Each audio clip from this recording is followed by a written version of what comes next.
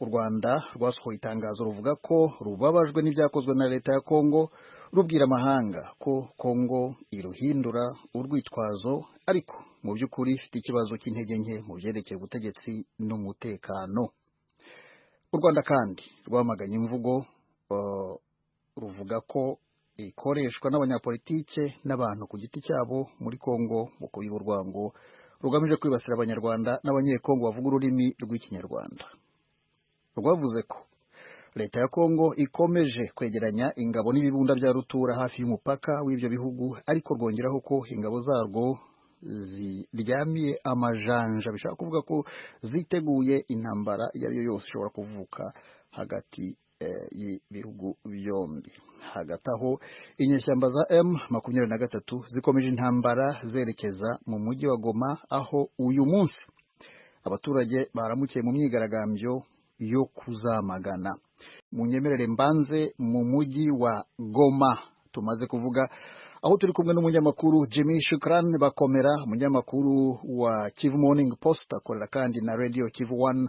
Bwana Bakomera, ikaze mu kiganiro muri Sanga hano ku Ijwi ry'Amerika. Murakoze cyane Mutagoma, suhuza abantu bose bari kudukurikirana hirya no hino ku isi, abantu bakurikirana Radio Ijwi ry'Amerika muri aya masaha. Urakoze cyane. Uri mu mujyi wa Kivu rero ubu tuvugana muri aya masaha, aho Prito wa Kivu mbabarire wa Goma, ariko nyine ni mu ntara ya Kivu y'Amajyaruguru.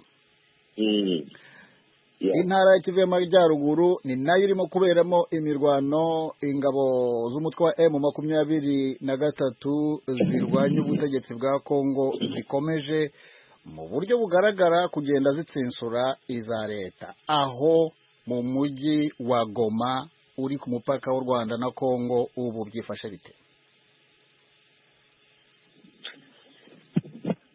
Hano mu mujyi wa Goma ibintu ntabwo bimeze neza Mutagoma, kuko abantu bose bikanga M23 abarwanyi ba M23 wenda kuba bagera mu mujyi wa Goma isaha iyo ari yo yose.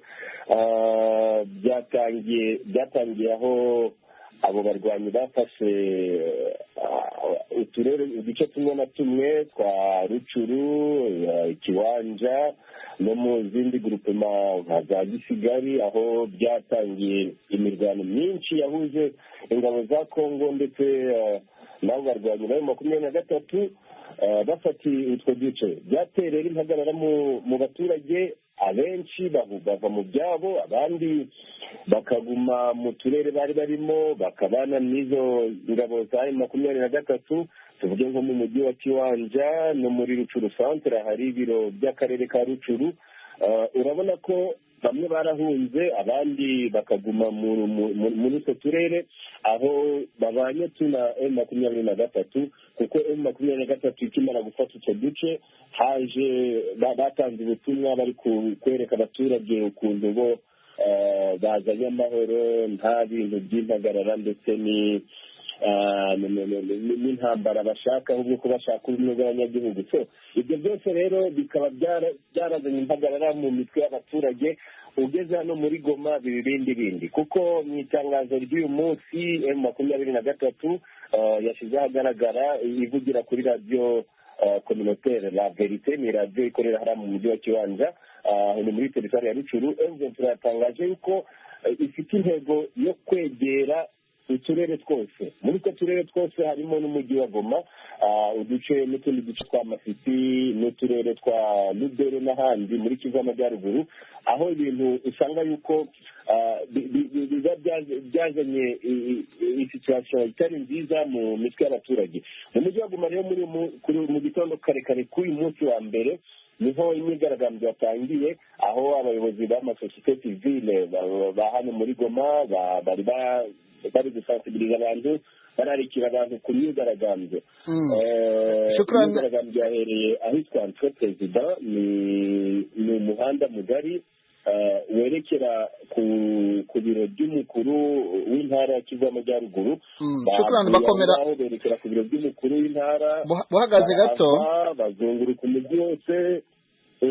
buhagaze gato iyi myigaragambyo turayigarukaho mu kanya. Guma ku murongo mbanze nakira abantu hano mbona bakomeje guhamagara cyane, turakugarukaho mu munota umwe utubwire iby'iyo myigaragambyo uko yagenze, ariko reka tubanze twakire Habonimana Dieudonné.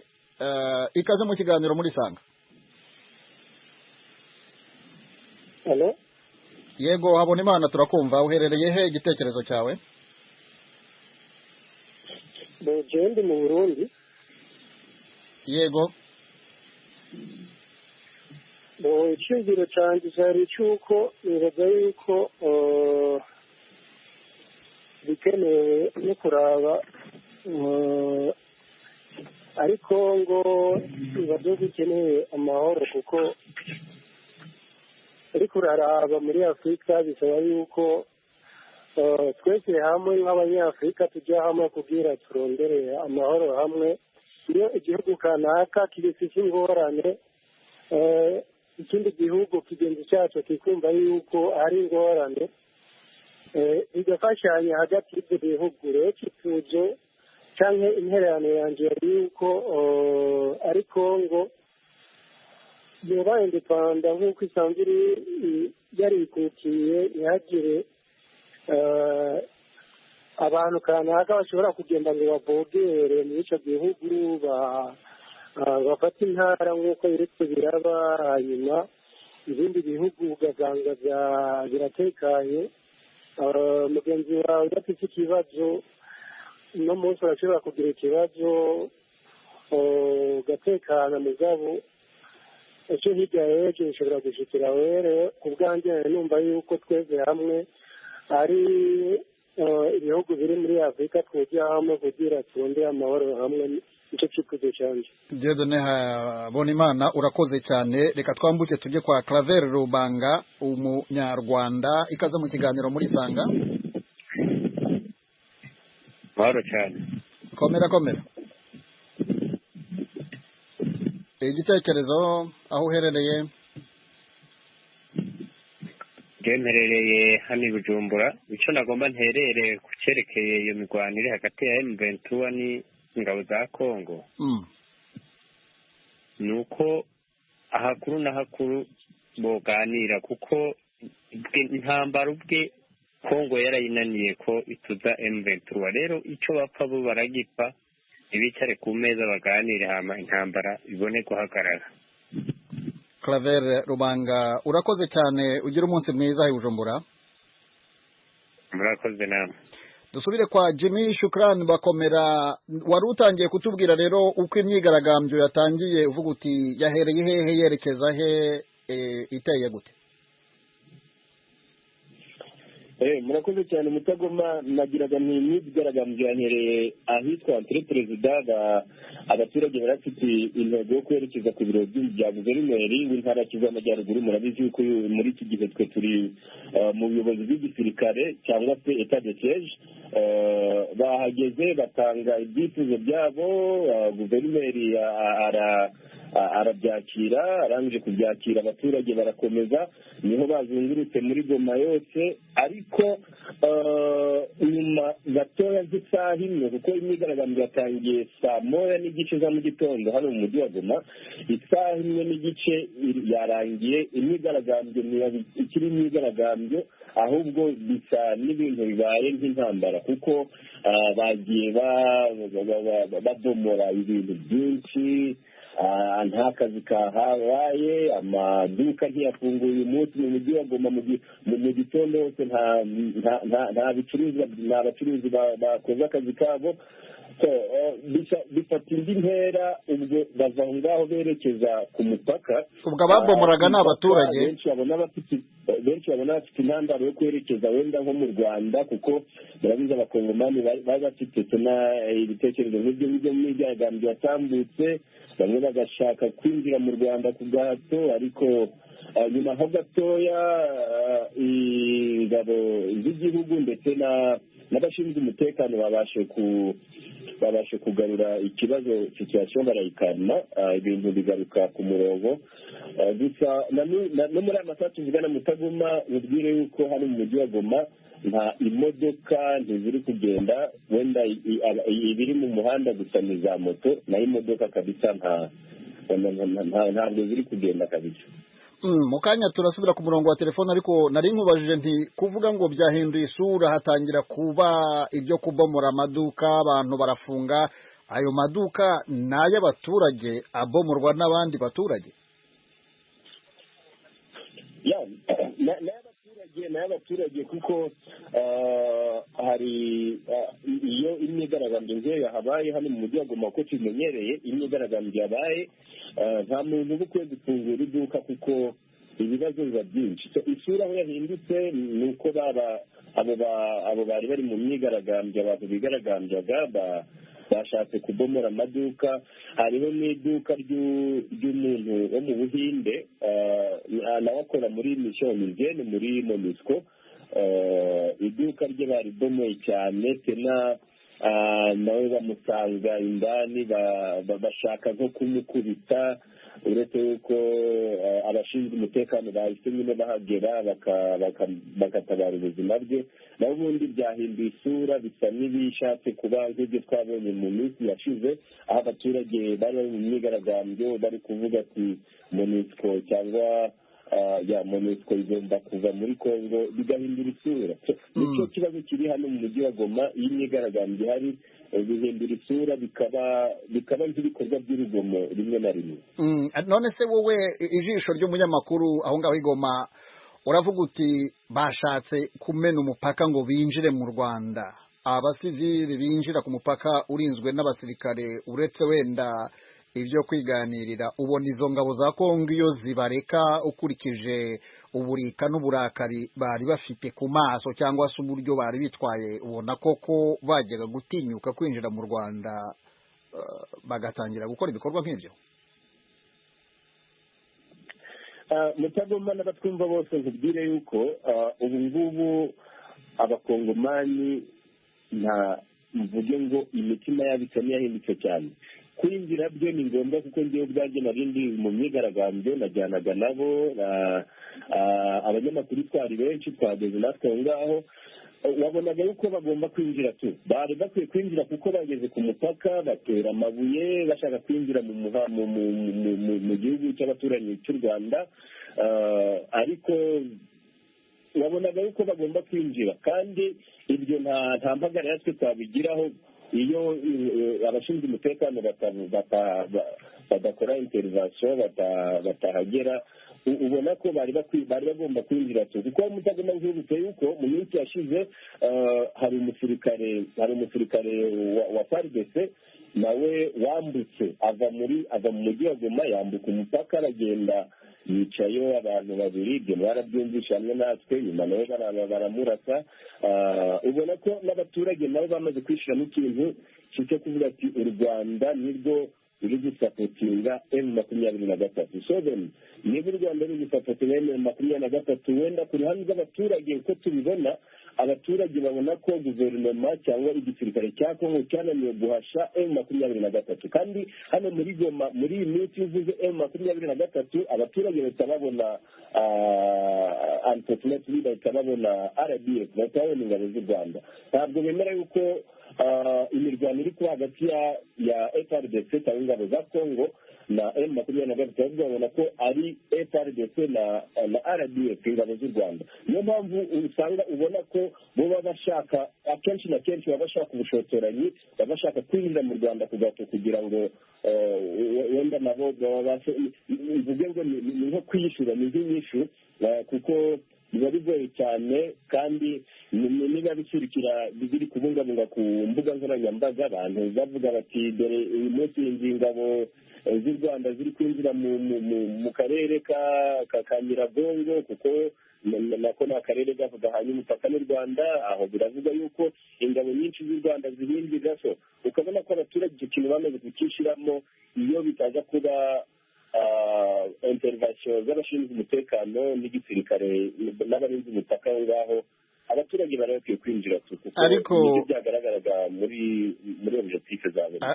Ariko Shukrani, nubwo bivuga gutyo, ibyo abaturage bavuga, ibyo bashinja ingabo z'u Rwanda, mu by'ukuri nta nubwo ari abaturage gusa, ahubwo ni leta ya Kongo. Leta ya Kongo niyo ibibwira abaturage, kandi ntekereza ko ubanza atari bose. N'ikimenyimenyejo leta ya Kongo yirukanye ambasaderi w'u Rwanda i Kinshasa. Turabigarukaho mu kanya. Bwana Shukran Jimmy Bakomera, unyemerere nanone ugume ku murongo gato, tubanze tujye kwa Twagirayezu Marcel. Ikaze mu kiganiro muri Sanga. Murakoze cyane, kandi mbanje kubaramutsa. Yego. Ni ukuvuga ngo ikintu navuga rero kuri iriya ntambara yo mu burasirazuba bwa Kongo, kuko nakomeje kujya wenda ndabivuga kenshi bitewe na topiki mwabaga muriho, ubu ikintu kigaragara ni uko byarenze ikibazo ahari cy'u Rwanda n'abakongomani, ndetse n'abatangiye kwinjira no mu maduka y'abatavuga ikinyarwanda, y'abanyamahanga bakure bakajya gusahura bakabomora. Ibyo ngibyo noneho byatangiye kurenga ubushobozi nk'uko umunyamakuru Shukrani amaze kubivuga.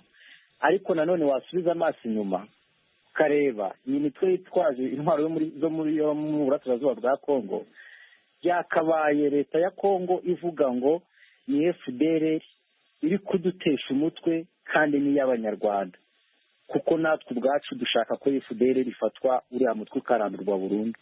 None umutwe w'abakongomani wavukiye muri Kongo, bo ubwabo bararwana, nibarangiza bitwerera igihugu.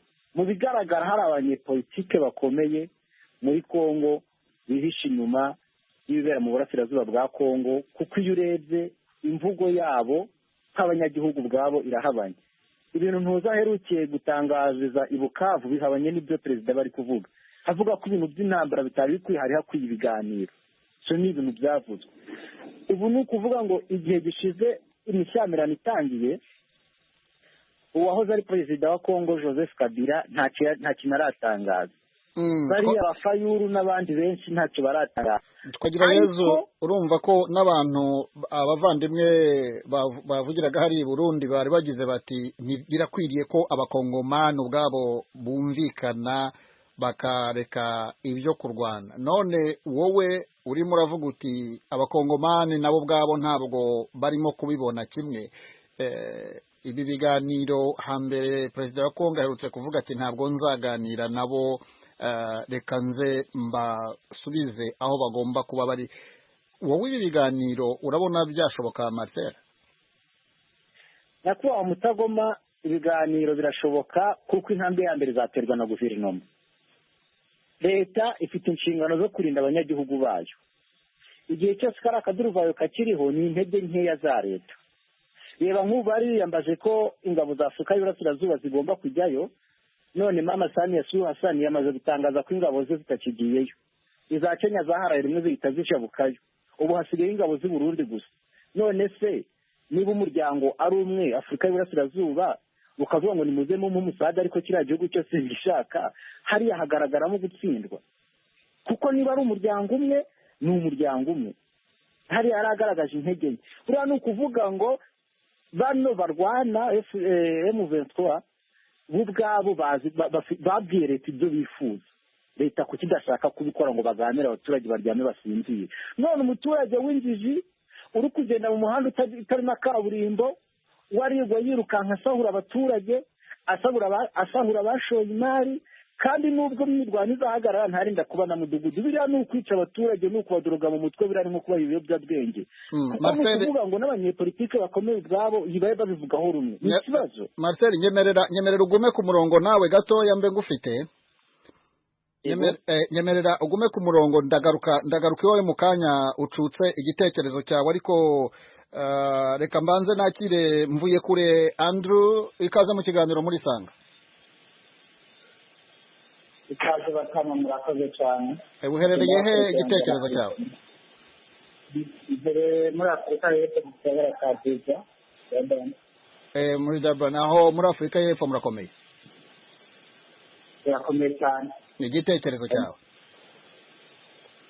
Igitekerezo cyanjye gihagaze kindi ngerageje ko mvuga ibyo mutama avuze numva tutereheza hamwe kuko rero ndavuze ikibazo cyo muri Kongo ni ikibazo cy'akarere ariko ikibazo akarere barihemuriye kuri Kongo kandi akarere kari gatereye kurikurikiranamo mbega ko u Rwanda barashinja ko rufite abasoda nawe mvuze bavuga na perezida Munda yakandaga avuga ko afite ibyemezo ko yafashe ingabo z'u Rwanda zirwanira muri Kongo ariko u Rwanda ntacyo rwari gufite ikindi itangazo ry'u Rwanda ko mbere sorry akane kandi ibyemezo yarakoze ko kandi na perezida yavuga ko bavugana na perezida Kagame bavuganye ibyo bavugana atari byo bavuga mu nyuma bamaze kurwana mbega aho hoho bishobora kubitahura neza ko ibyo bintu u Rwanda batabifitemo uruhara mbega aho hoho nimba rubifitemo uruhara u Rwanda ko Kongo yagirizwa u Rwanda ko bica abanyagihugu abenegihugu babo ariko bwanamvuye kure u Rwanda rwo ahangaha rwarabisobanuye ruvuga ko iki kibazo ari ikibazo cy'abanyekongo hagati yabo ubwabo ruhakana yuko nta ruhare rufite muri iki kibazo uretse ko leta ya Kongo irushinja kugira uruhare muri iki kibazo ni ibintu u Rwanda rwashyize ahagaragara nta kubishidikanyaho. Okay, nawe tuzogaragara kuri icyo ariko twemezanye ko iki kibazo cyeza akarere naho akarere kagomba kubyikuramo iyi ntambara yeza akarere k'iwacu naho Uburundi n'u Rwanda basubije hamwe mugabo urabona ko Kongo nayo ishiye kwatakana n'u Rwanda twizere ko hari impamvu iri gutuma umutekano wacu urahungabana niyo mushima nayo yavuze ati hakeneye umwumvikano wabajya abantu bari inyuma ya leta batagiye muri leta yavuga nka Kabila kuva bari inyuma ya leta n'ibyo mushima nayo twayire bakagira icyo bashikiriye Rwanda Kongo nayo ifitemo novuga ijambo yobaza bajya abantu hariho akaboko kari inyuma tutabona neza mugice twavuga ko kabikemura ko urakoze bwana mvuye kure twagira yezu bihangane gatoya mu kanya turaje iwawe reka mbanze nsubire kwa Jimmy Shukran bakomera humvise ibyo bwana twagira yezu Marcel yavugaga avuga ati birakwiriye imishyikirano irashoboka hagati y'ibihugu byombi ndumva ko hari umukomanda mushya wa region ya Munani wageze Igoma aje kwitegura imirwano karundura wowe uraho ngaho Igoma urabona ibyo Marcel avuga byuko hashobora kubaho kumvikana hagati y'impande zombi ukurikije ibyo ureba n'amaso yawe ni ibintu bya hafi aha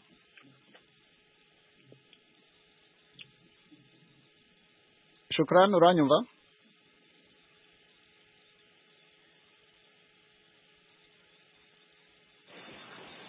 Shukran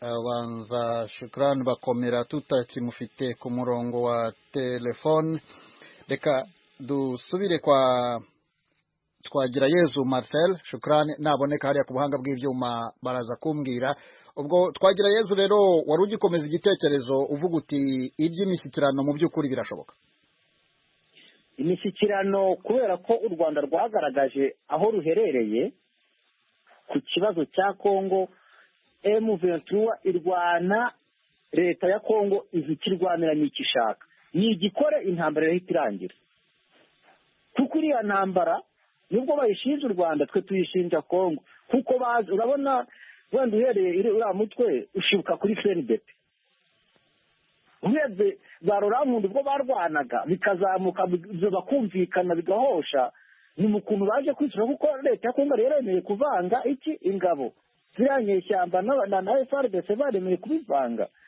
nyuma bihindutse bati twe turasubira no mu ishyamba gufata intwaro kuko M23 ni abakongomani FARDC ni abakongomani leta ni abakongomani yes bose ni abanyagihugu bamwe n'ubwabo nibo bari kurwana ubwabo ni nabo rero ibiganiro niba bikuze ibiganiro icyo bashaka bacyumve bakibahe urore ko intambara itarangira naho kugira ibibazo ukabitwerera umuturanyi inzu yawe yashya ngo ni Maurice unsenyeye ibiza byaza ejo bundi bo baravuze ngo twabibye n'ingagi ntiwamenye uko byabaye ibibazo bavuze ngo twabibye n'ingagi tumva bitangiye kujya birarenga n'izindi baraje bavuga ko twabambuye n'imihanda mu minsi iri imbere bavuze ko mpamvu batagira imihanda aritwe tuyiba. Marcel Twagirayezu urakoze cyane kuri ibyo bitekerezo byawe. Reka twambuke tujye kwa Zabile Nduwimana, ikaze mu kiganiro muri Sanga. ubwa mbere ntabwo twaramutse amahoro cyane. Uherereye he Zabile? mperereye ngaha aye mu gihugu cya Kenya. niho mperereye ariko nagira ngire cyo gusikirize kuri uwo kuri ko bibanga mu gihugu kibanyi cya Kongo. Jewe kucyo novuga M23 n'abanyekongo kuba bavuga ko yani atari abanyekongo, ariko twibuke ko muri Kongo havugwa indimi nyinshi cyane kuko igihugu cyose ku mupaka usanga hari abantu bavuga igihugu ururimi rwo mu kindi gihugu. Nk'uko genda bibona abanyekongo nyine bategerezwa kwikemurira ikibazo cyabo batarabye amahanga ibi na biriya, kuko igihugu ni ikiwabo, nibo bategerezwa kucyubaka kandi nibo bategerezwa gukora icyo ari cyo cyose gishoboka kugira ngo gitere imbere. rero niyo mpamvu ugiye cyo mbona bogira ibiganiro kugira ngo bikunde bigende neza igihugu cya Kongo kironka amahoro, kuko kimaze kuronka amahoro ndabona ko n'ibindi bihugu bituranye byogira akamaro kanini cyane, kuko niyo bamara baguma basinzirana bavuga ibi na biriya. rero ndizera ko ikintu cyama gitorera inyishu y'amakimbirane muri Afurika yacu ni ibiganiro. rero ndashaka ko bosikirana bagakora ibiganiro hakiri kare, ntibarinde kuzaza gukora ibiganiro yani ari uko barwanya kononekara ibintu byamaze kononekara, kuko twebwe abanyafurika dushaka kuza gukemura ikibazo mu gihe ibintu byamaze kononekara kandi ibintu bigeze habi. niyo mpamvu je kintu nobasaba niko bosikirana bakagiranira ibiganiro nk'uko ubwa mbere bigeze kubikorana bikagenda neza, ariko leta ntiyabishyira mu ngiro. Zabile Nduwimana muri Kenya, urakoze cyane kuri icyo gitekerezo cyawe kandi ugira umunsi mwiza. Reka dusubire kwa Jimmy Shukrani Bakomera, bambwiye ko yabonetse ku murongo wa telefone. Shukrani, wumvise ibyo Zabile Nduwimana avuze na kare Twagirayezu Marcel wamwumvaga, barimo baravuga imishyikirano bati impande zombi nizishyikirane.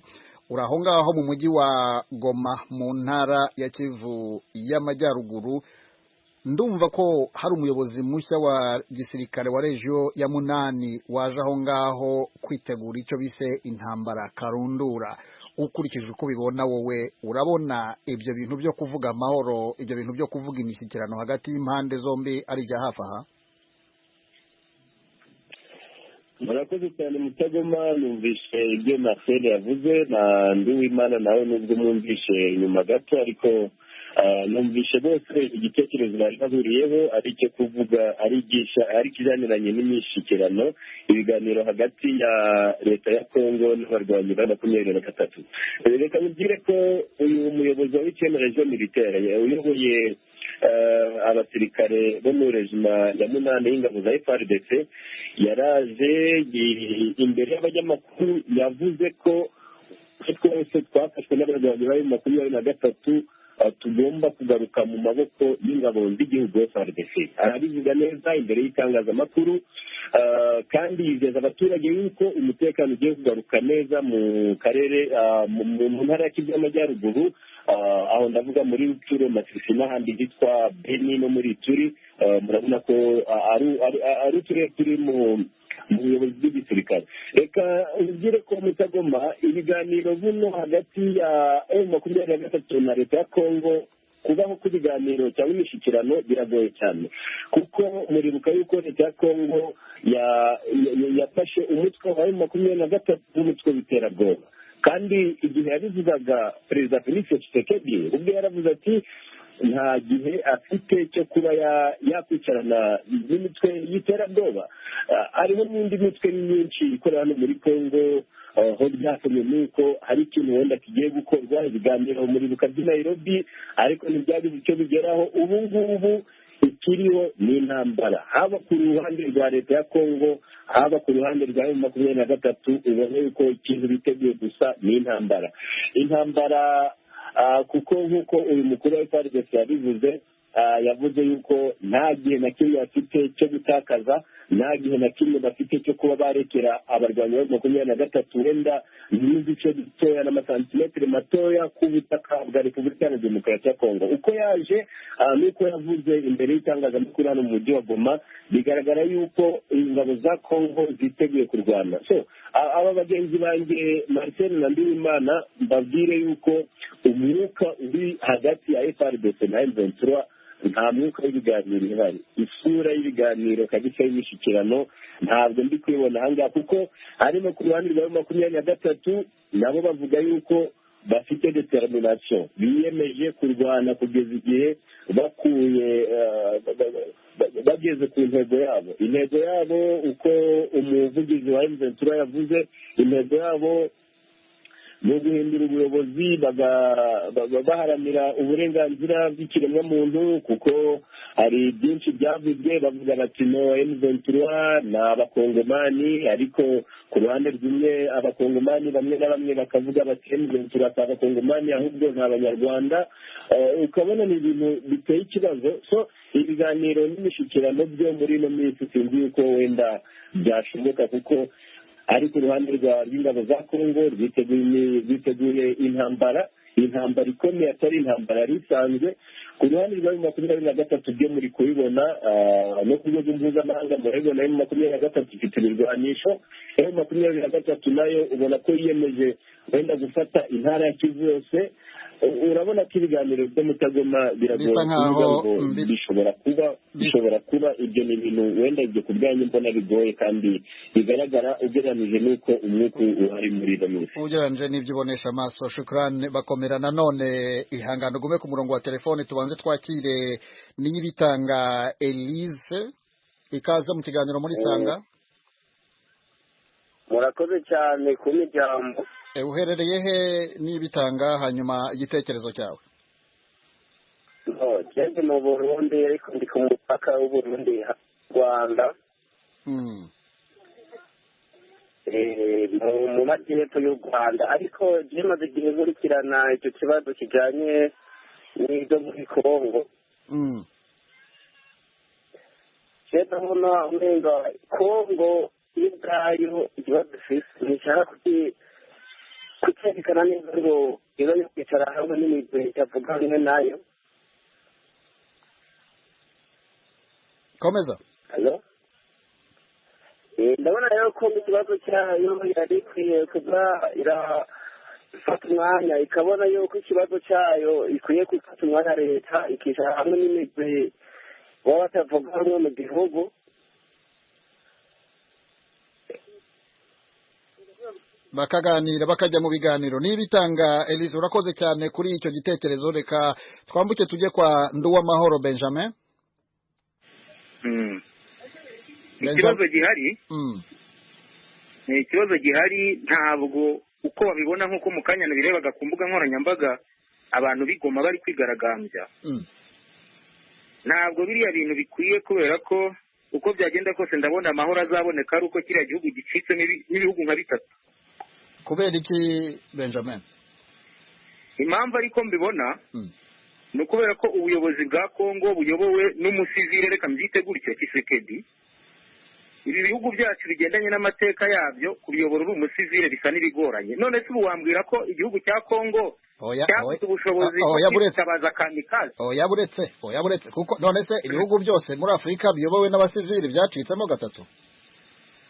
Ibihugu hano muri Grand Lac yacu dutuyemo, nawe urahazi, niho uvuka.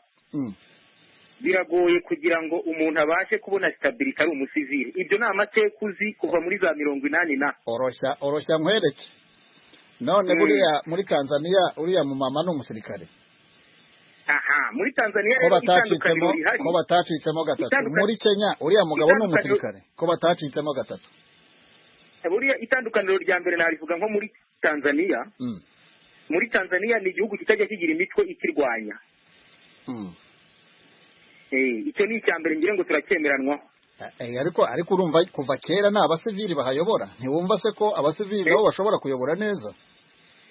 Abasivili ndakubwiza ukuri, nkubwije ukuri kujuje ibyangombwa. Nta musivili wayobora i Burundi, nta musivili wayobora mu Rwanda, yewe ni Bugande. Ngaho zitere twumve Benjamin, komeza. Hanyuma rero icyo ngiye mbona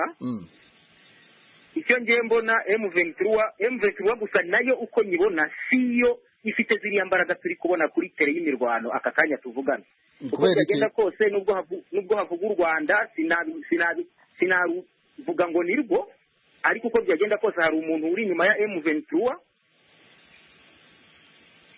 nk'uko na leta ihanganye nabo igomba kongeramo imbaraga kuko ikamenya ko umuntu bahanganye nawe atari M23 nk'uko bagenda bavuga ngo ni M23. None se uwo muntu utagaragara yabakorera hehe? Bo baramubona ariko mu buryo bwa politike ni ukubeshya. Nge twese turabizi igisobanuro cya politike ni ukubeshya abantu. Hari ikindi gisobanuro se? Wowe rero ukagira uti baramufite, baramuzi, araho ari.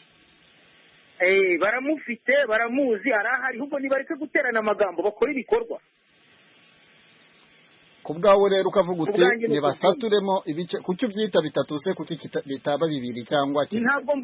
Ntabwo mvuze kubwanjye ntibyaba bitatu gusa, ahubwo njyewe mbaye nk'ugiye inama ya M23 mbaye nk'uyigira inama yareka kuvuga ko iharanira uburenganzira ngo bw'abavuga ikinyarwanda, ahubwo wenda igafata nk'igice runaka cya Kongo ikavuga uti twe turashaka ko kigenga nk'uko Southern Sudan yabigezeho. Nibwo baba bafite icyo barwanira gifatika. Nduwamahoro Benjamin, urakoze cyane niba ucukije igitekerezo cyawe. Ugira umunsi mwiza. Namwe mugira akazi keza ntari. Mukomere. Dusubire kwa Jimmy Shukran Bakomera. Wumvise rero ibyo Benjamin avuze mu kanya wari urimo uvuga iby'uwo muyobozi wa gisirikare wageze aho avuga ati ngewe uduce twose M23 yigaruriye ndatugarura ku kabi no kukeza. Ariko ibyo turimo tubona n'amaso birasa nkaho bitandukanye nabyo. Habanje Bunagana, hakurikiyeho za Kitagoma, hakurikiyeho Kiwanja, hakurikiyeho Rucuru, niyo migi yindi yose yo hagati aho ngaho urayizi kundusha kuko niho uri. Imbaraga za FARDC yatakaje aho hantu hose ihareba. Ni bya bindi baca umugani ngo ni ukwigira inyuma kugira ngo usimbuke neza, cyangwa harimo n'intege nke za gisirikare. Iryo asezeranya abanyekongo babyizera ku rugero rungana iki? Nturi umusirikare ariko uri umunyamakuru w'inararibonye aho ngaho muri ako gace, urabibona ute? Murakoze cyane Mutagoma. Numvishe ibyo mugenzi wanjye Benjamin yavuze yerekeza ku buyobozi bw'abasivile. Mbonye icyo nacyo wenda we ni ukuntu uko abibona, gusa Repubulika ya Demokarasi ya Kongo yayobowe nayo n'abasivile, n'uyu munsi iracyyoborwa n'abasivile. Akenshi ujya ubona intambara ziraba ariko zigakemuka. Nsubiye ku kibazo wari umbajije Mutagoma, ntinavuga yuko ari imbaraga nkeya z'igisirikare cya Kongo, ahubwo mu minsi yashize nigeze nkubwira yuko politiki ya Kongo igikinwa mu nzira zitandukanye. Ubu ushobora kubona usubiye mu 2012 aho nyine M23 yabaga yari muri teritwari ya Rucuru tena, babakuye muri Rucuru babagejeje ahitwa Runyonyi, babavanamo babambutsa umupaka wa Kongo na Uganda. Hariya muri Bunagana aho bari no mu duce twa Cyanzu babavanamo mu masaha 48, amasaha 48 gusa. Icyo gihe zari operasiyo zari ziyobowe na Colonel Mamadou Ndala, muramuzi cyane. wabashije guhasha M23 ikarangira burundu, ariko harimo aho harimo ingabo M23 ishobora kuzagaruka, aho harimo ingabo za ONU, ariko politike y'igihugu nibyo nahoze nkubwira no muri iyo minsi yashize, politike y'igihugu abakongomani n'ubu ntabwo bari bashobora kuyumva neza, kuko urebye imirwano yabereye Bunagana n'ahandi hitwa Rangira, aho habereye imirwano ikomeye cyane hagati ya FARDC na M23, ariko bakijya kwinjira muri Rucuru bafashe Kiwanja, M23 yinjira muri Kiwanja, yinjira muri Rucuru, nta mirwano ikomeye yahabaye Mutagoma, ku kantu wenda abari kudukurikirana bose bakumve, nta mirwano ikomeye yabaye bari ku M23 kwinjira muri Rucuru. Twagiye tukabona ingabo za leta ziri kwivana mu birindiro, M23 irinjira kuri aya masaha ubwire ko nta musirikare wa leta nta musirikare wa FARDC uri aho ngaho muri Rucuru, hose bagiye bahava, nta mirwano yaba. Hari n'akandi gace kitwa Kako ni mu birometero 2 uvuye muri Rucuru centre, FARDC yarahavuye, M23 irahafata, nta mirwano ikomeye yahabaye. Imirwano yabaye uno munsi mu gitondo ahantu aho M23 ari ishaka gufata ahitwa Rumangabo ni ikigo cya gisirikare gikomeye hano muri Kivu y'Amajyaruguru, aho niho habera imirwano, gusa no muri aya masaha ntabwo Rumangabo, icyo kigo cya gisirikare cya Rumangabo cyari cyafatwa. mubwire yuko njye ntekereza yuko ni ubushake butari bwahaba ku buyobozi bwa Kongo, kuko ibaze nk'iyo bavuga ngo bahaye amasaha 28 ambasaderi w'u Rwanda Vincent Karega, bamuha amasaha 28, ariko nibuke ko mu minsi zashize tena bari bamuha amasaha 24. mu mitwe y'abakongomani ntabwo twari tuzi ko Vincent Karega akiri i Kinshasa, ntabwo byari bizi. Abaturage bari bazi ko ambasaderi w'u Rwanda atakiri muri Kinshasa, ariko byaje gutungura abantu kubona ko ambasaderi w'u Rwanda akiri muri Kinshasa. Icyo gihe byose byarabaye. Reka nkubaze, yavugaga ati Perezida Felix Tshisekedi yavugaga ati reka ibijyanye na diplomasi byose hagati y'u Rwanda na Kongo bivuyeho. Urabona ko politike irimo utuntu dusa n'ibintu bitari kumvikana neza. Ndatekereza ko ni ubushake butari bwahaba ku ngabo z'igisirikare.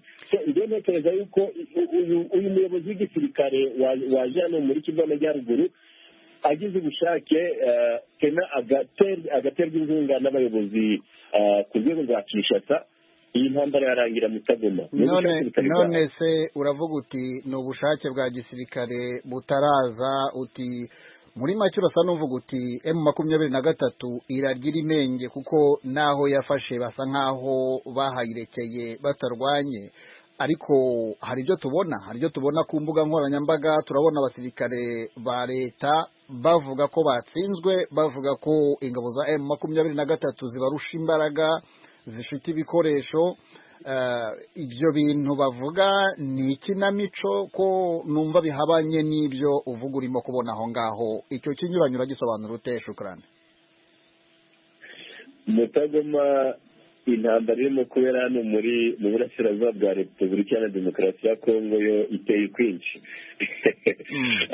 Abantu bari ku marezo sosiyo hariho byinshi, ariko twe nk'abanyamakuru tuko tubibona kuko hari byinshi byagiye bivugwa, aho usanga ingabo nyine za Kongo ku mbuga nkoranyambaga bavuga bati twatsinze. Ibyo byaravuzwe cyane, ariko wowe ntushobora kubyumva, n'abadukurikira wenda ntibashobora kubyumva ukuntu wenda turi kubyumva, kuko muri Kivu y'Amajyaruguru anarizo ziri gutuma abaturage bagira imyigaragambyo ya buri munsi, imyigaragambyo ifite ukuntu itameze, imyigaragambyo idafite, navuga ko akenshi idafite ishingiro, kuko iyo abantu bajya mu myigaragambyo bakibagirwa icyabateye kwigaragambya. Ubona yuko ari ibintu bitumvikana. Urabaza umuntu ati muri sosiyete sivile ukamubaza muri kwigaragambya kubera iki, ati turi kwigaragambya kubera ko u Rwanda ruri gusapotinga M23. Abandi bakubwira bati dushaka yuko leta ya Kongo ihasha umutwe wa M23. Abandi bakubwira ngo dushaka yuko leta ya Kongo nayo ishoza intambara n'u Rwanda, itera u Rwanda ku mugaragaro. So ukabona ibyo biba bitandukanye Mutagoma. Navuga yuko M23 intambara gifite ako kantu wenda tukumvikane. M23 nabo ni abantu bazi ibyo bakurikiye, hari ikintu cyitwa balkanization cyavuzwe kenshi, bagiye kugabanya n'igihugu kabiri. Ni nabyo Benjamin yahoze avuga ati ni umuti. M23 ifite imbaraga, ariko guverinoma nayo ni guverinoma ifite imbaraga, ubushake bwa gisirikare nibwo butarahaba Mutagoma. Urakoze, reka twambuke tujye ku murongo wa telefoni twakire Ndayisenga Ezekiel. Ikaza mu kiganiro muri Sanga, aho uherereye n'igitekerezo cyawe.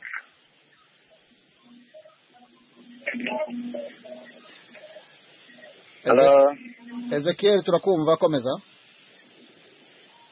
Ndanje kubaramutsa cyane. Yego. Jimaye ndiko ndaraba no kuvuga umugwi wa gisirikare w'igihugu cya Kongo,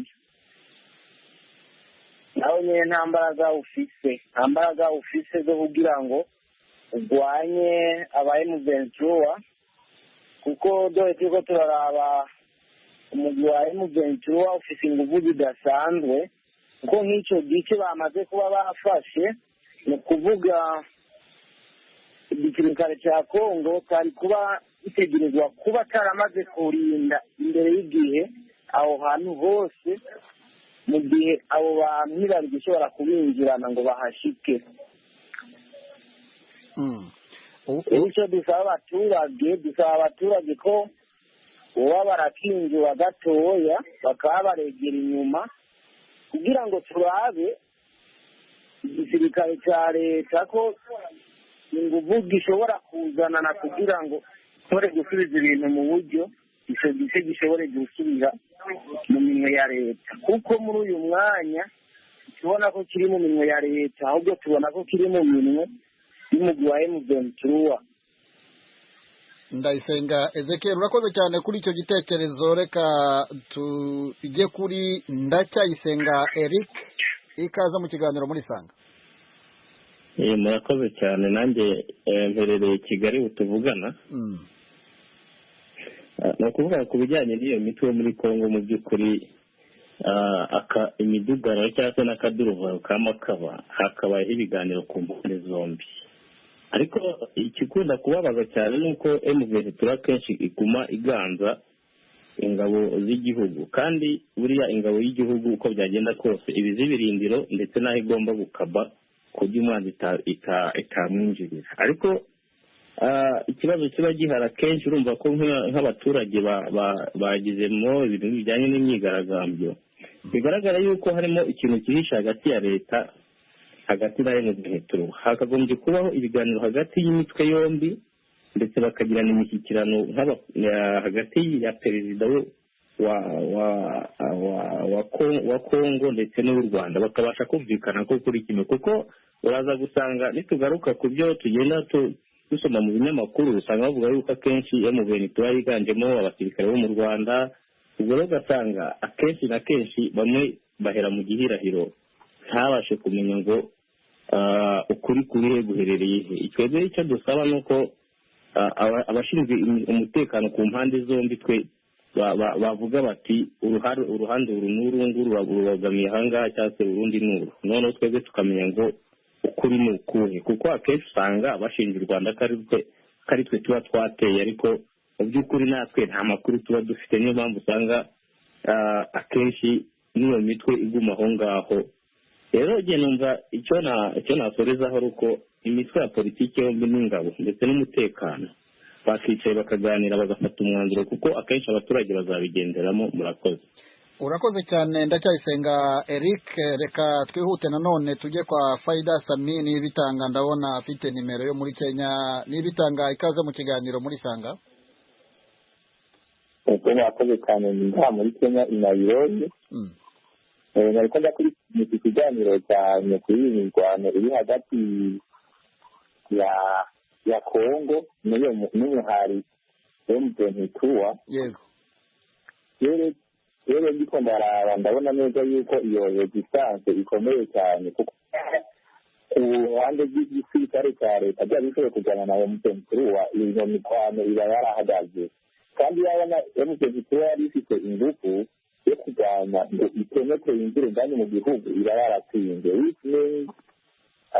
rero rero ngaruka ku izo ntererano za desire na idesiyeri nk'uko bari kubavuga yuko biba byiza iyo migwi yoza hamwe ikiga ku mutungo w'igihugu bakavuga ati icyo igihugu cy'iwacu ni icyacu tucyubake twicare hamwe nk'abenegihugu turabe hari aho conflict ahantu ariko haba iyo misanirano ahantu ihagaze tujye hamwe hanyuma dushobore gufatiwa ukuntu twashobora gutorera umuti ikibazo kiri muri Kongo kuko bamaze kuba bongera kukigarurira ako gace biragaragara yuko Kongo ishobora kwicamo imice ibiri icyo nicyo cyari igitekerezo cyiza mwakoze.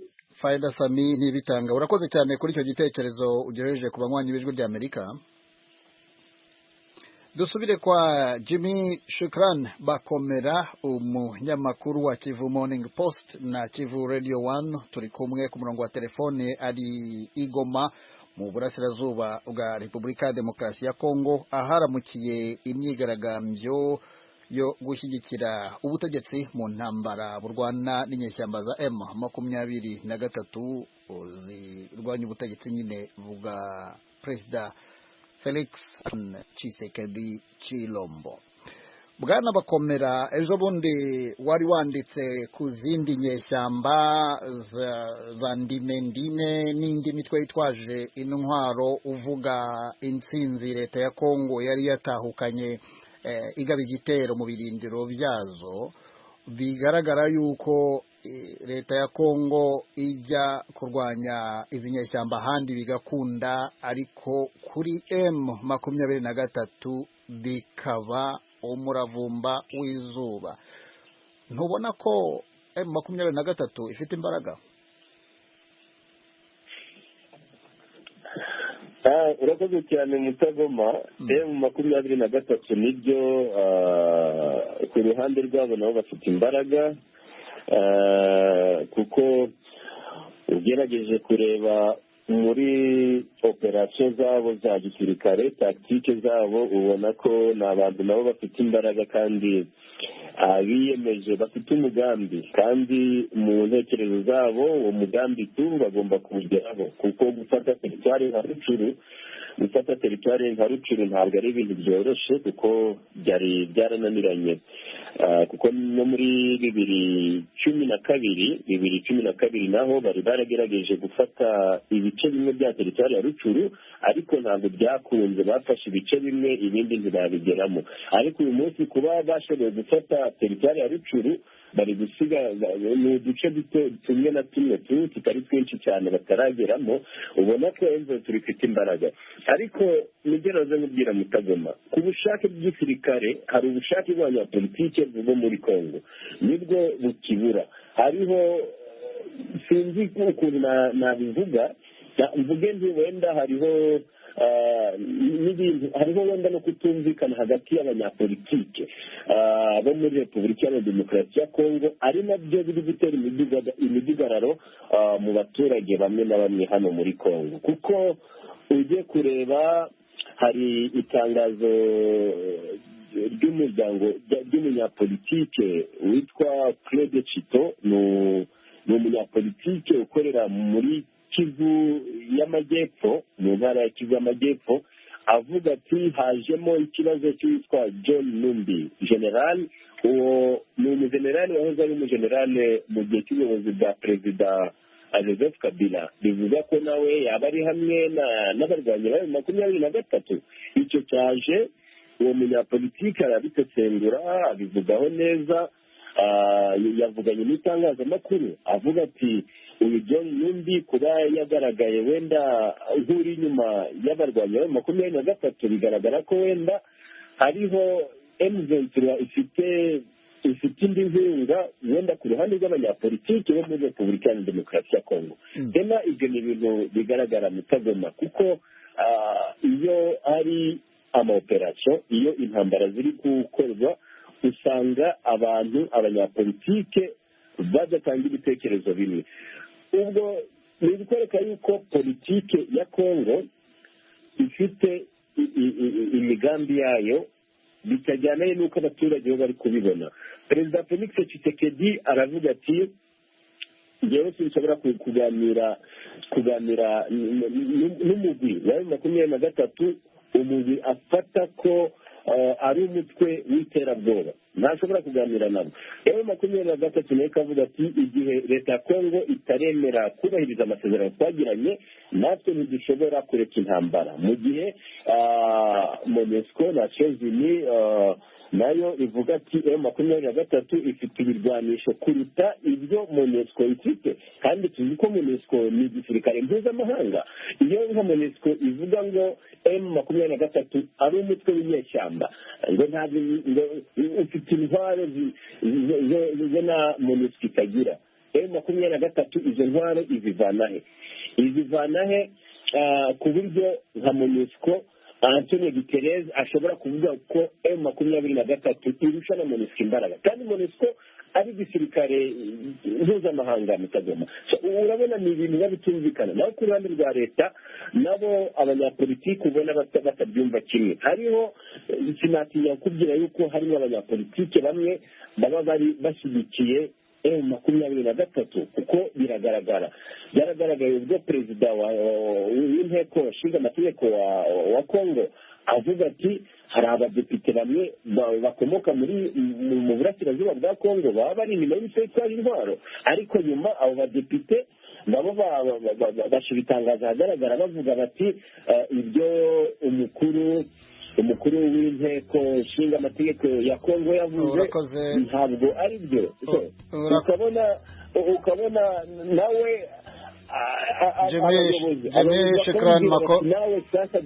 Shukran Bakomera, urakoze. Abadepite nabo amasaha tubanye ayandi. Shukran Bakomera, wihangane kubera ko gusoza ikiganiro birageze. Reka ngushimire cyane uruhare wagize muri iki kiganiro.